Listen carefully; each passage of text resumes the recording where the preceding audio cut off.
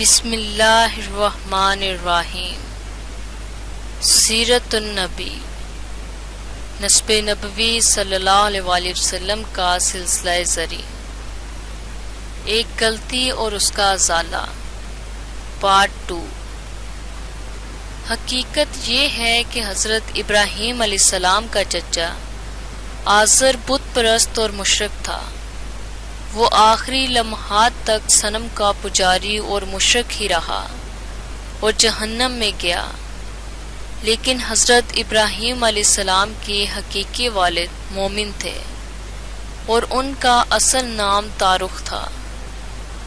حضرت ابراہیم علیہ السلام کی شدید خواہش تھی کہ چچا آزر بت گری کے فن سے توبہ کر لے اور راہ راست پر آ جائے۔ چنانچہ ایک دفعہ آپ نے اس کے قوائے فکر و شعور کو جھنجھوڑا اور پوچھا، تم کیا کرتے پھر رہے ہو؟ ان بتوں کے آگے سرنگوں ہو جاتے ہو جو دیکھنے سننے کی صلاحیت سے آ رہی ہیں اور کسی بھی قسم کا فائدہ نہیں پہنچا سکتے۔ چچا، ہوش میں آؤ اور شیطان کی اطاعت و بندگی سے چھٹکارا حاصل کرنے کی کوشش کرو۔ تم بری طرح اس کے چنگل میں پھنسے ہوئے ہو۔ اگر اسی طرح بت گری میں مصروف رہے تو مجھے خدشہ ہے کہ تم دوزخ کا ایندھن بن جاؤ گے اور ابدی خسران و ہلاکت کا سودا کر لو گے۔ اس لیے غلط روش سے باز آؤ، بت پرستی چھوڑو اور بت شکن بن جاؤ۔ شیطان سے ناتا توڑو اور رحمان سے ناتا جوڑو۔ اس پرخلوص اور حکیمانہ نصیحت کا کج فکر اور غلط اندیش چچا پر الٹا اثر ہوا۔ بولا، اے ابراہیم، کیا تو میرے خداؤں سے برگشتہ ہے؟ یعنی اے ابراہیم، تم میرے معبودوں سے نفرت کرتے ہو اور مجھے بھی ان سے دشمنی اور بغض اختیار کرنے کا سبق دیتے ہو۔ تمہیں یہ درس مہنگا پڑے گا۔ پتھر مار مار کر تمہیں ملیہ میٹ کر دوں گا اور ہمیشہ کے لیے قطع تعلق کر لوں گا۔ سراپا کرم اور مجسم شفقت حضرت ابراہیم علیہ السلام کو چچا کی نادانی اور حماقت پر ترس آ گیا۔ دل میں کہا، میں تیرے لیے دعائے مغفرت کروں گا، شاید تیرے دن پھر جائیں اور تو اندھیروں کو چھوڑ کر اجالوں میں آ جائے۔ آپ نے دل میں یہ بات ٹھان لی اور چچا سے وعدہ بھی کر لیا، اور پھر ایک روز اس کے افاع کے لیے تیار ہو گئے۔ جب آپ نے اس کے لیے دعائے مغفرت کی تو آپ پر یہ حقیقت واضح کر دی گئی کہ وہ مشرک اور دشمن خدا ہے اور کسی حوالے سے بھی ہمدردی و خیر خواہی اور دعا و استغفار کا مستحق نہیں ہے۔ چنانچہ جب آپ کو یہ آگہی عطا کر دی گئی تو آپ فوراً اپنے موقف سے دستے بردار ہو گئے اور دعا کا سلسلہ ترک کر دیا۔ اس کا ذکر سورہ توبہ میں ہے۔ جب آپ پر یہ ظاہر ہو گیا کہ وہ اللہ کا دشمن ہے تو اس سے برات اور بیزاری کا اظہار کر دیا۔ اس آگہی کے بعد چچا کے لیے آپ کا جذبہ ہمدردی بالکل سرد پڑ گیا اور کبھی بھول کر بھی آپ نے اسے یاد نہ کیا، کیونکہ جو اللہ کا نہیں وہ اس کے خلیل کا کیا لگتا ہے، خواہ کتنا ہی قریبی عزیز اور رشتہ دار ہو۔ سو یہ ثابت ہو گیا کہ حضرت ابراہیم علیہ السلام نے اس حکم الہی کے بعد آزر کے لیے کبھی دعائے مغفرت نہیں کی، کیونکہ نبی فرمان الہی کی مخالفت نہیں کر سکتا۔ لیکن دوسری طرف قرآن مجید ہی سے ثابت ہوتا ہے کہ جو آپ کے حقیقی والد تھے ان کے لیے آپ آخری دم تک دعائے مغفرت کرتے رہے۔ آپ کی دعا کے الفاظ یہ ہیں، اے اللہ، مجھے اور میرے باپ کو بخش دے اور تمام مومنین کو بھی، جس دن یوم حساب قائم ہوگا۔ سوچنے کی بات یہ ہے کہ اگر آزر آپ کا باپ تھا اور اس کے کفر و شرک کی وجہ سے آپ نے اس سے بیزاری کا اظہار کر دیا تھا تو پھر یہ دعائے مغفرت کس کے لیے تھی؟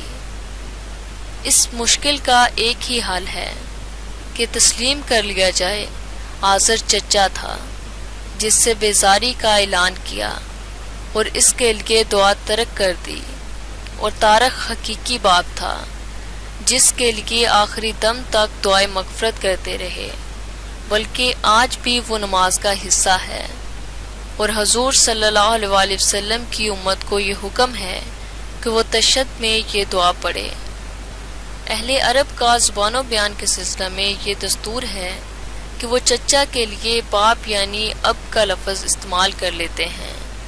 یہ استعمال مجازی ہوتا ہے، اس لیے ساتھ ہی چچا کا اصل نام بھی ذکر کرتے ہیں تاکہ پتہ چل جائے کہ اب کا لفظ یہاں اصلی اور حقیقی معنی میں نہیں بلکہ مجازی معنی میں چچا کے لیے استعمال ہوا ہے، جیسے قرآن پاک میں آیا ہے، جب ابراہیم نے اپنے باپ یعنی چچا آزر سے کہا، اس لیے یہاں آپ سے چچا مراد ہے۔ اگر حقیقی باپ ہوتا تو بعد میں اس کا نام آزر بیان کرنے کی ضرورت نہ تھی، کیونکہ اہل عرب حقیقی والد کے ساتھ اس کا نام ذکر نہیں کرتے تھے۔ حضرت عباس رضی اللہ تعالیٰ عنہ حضور صلی اللہ علیہ وسلم کے چچا تھے۔ ایک دفعہ مجلس سے اٹھ کر گئے تو سرکار نے فرمایا، میرے ابا جان یعنی چچا کو بلاؤ۔ حضور نبی اکرم صلی اللہ علیہ وسلم نے امام میرے چچا کی جگہ ابھی میرے باپ کا لفظ استعمال فرمایا۔ اس مقام پر قاضی ثناء اللہ پانی پتی رحمۃ اللہ علیہ بیان کرتے ہیں، کیونکہ اہل عرب چچا کی جگہ باپ کا لفظ بالعموم استعمال کر لیتے ہیں، اس لیے اہل تحقیق کا آخری فیصلہ بھی یہی ہے۔ درست بات یہی ہے کہ آزر جناب ابراہیم علیہ السلام کا چچا تھا، باپ نہیں تھا، کیونکہ آپ کے حقیقی باپ کا نام طارق تھا۔ حضرت ابراہیم علیہ السلام کے والد گرامی کے سلسلہ میں اس وضاحت کی ضرورت اس لیے محسوس ہوئی کیونکہ بعض لوگوں کا اصرار ہے کہ وہ صاحب ایمان نہیں تھے، بنا بری وہ یہ ثابت کرنے کی کوشش کرتے ہیں کہ حضور نبی اکرم صلی اللہ علیہ وسلم کی گرامی قدر والدین بھی اہل ایمان نہیں تھے۔ یہ امر واضح رہنا چاہیے کہ حضرت عیسیٰ علیہ السلام کے بعد حضور نبی آخر الزمان حضرت محمد صلی اللہ علیہ وسلم تک کوئی نبی مبعوث نہیں ہوا۔ یہ دور تقریباً 500 سال کی طویل مدت پر محیط ہے، جسے دور فترت کہتے ہیں۔ اس دور کا خصوصی حکم یہ ہے کہ اگر کوئی شخص اس دور میں کفر و شرک میں ملوث نہ ہو تو اس کی نجات کے لیے یہی کافی ہے۔ حضور صلی اللہ علیہ وسلم کے والدین کریمین اسی دور فطرت سے تعلق رکھتے تھے۔ ان کے بارے میں کسی ثبوت کے بغیر عدم نجات یا عدم ایمان کی رائے قائم کرنا بڑی جسارت ہے۔ سکہ دلائل سے ان کا ایماندار ہونا ثابت ہے۔ یہ دلائل اپنی جگہ بیان کیے جائیں گے۔ سردست یہاں نسب نبوی صلی اللہ علیہ وسلم کی طہارت کے بیان میں اتنا جان لینا ہی کافی ہے کہ زبان نبوت نے اپنے نسب کو پاک قرار دیا ہے اور تفصیل سے بتایا ہے کہ اس پاکیزہ لڑی میں کوئی ناپاک فرد شامل نہیں ہوا۔ یہ ایک مزکی اور مصفی اور حلال و طیب سلسلہ ہے جو آدم علیہ السلام تک پہنچتا ہے۔ شرک کی کیسا ناپاک عمل ہے جس کا ارتکاب کرنے والوں کو قرآن مجید نے واضح الفاظ میں نجس قرار دیا ہے۔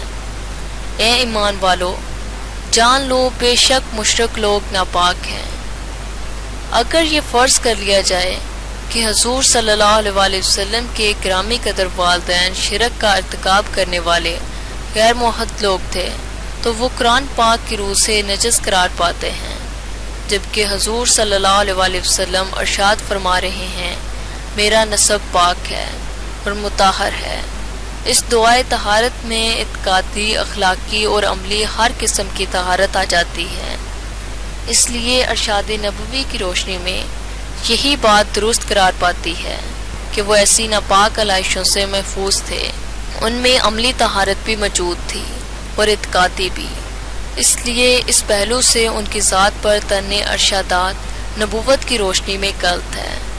حضرت ابراہیم علیہ السلام کے والد اور حضور نبی اکرم صلی اللہ علیہ وسلم کے والدین کریمین کے ایمان کی اس ضمنی بحث کے بعد اب ہم پھر نسب نبوی صلی اللہ علیہ وسلم کے شجرہ مبارک کے بعد دیگر افراد کا ذکر کرتے ہیں۔ شکریہ۔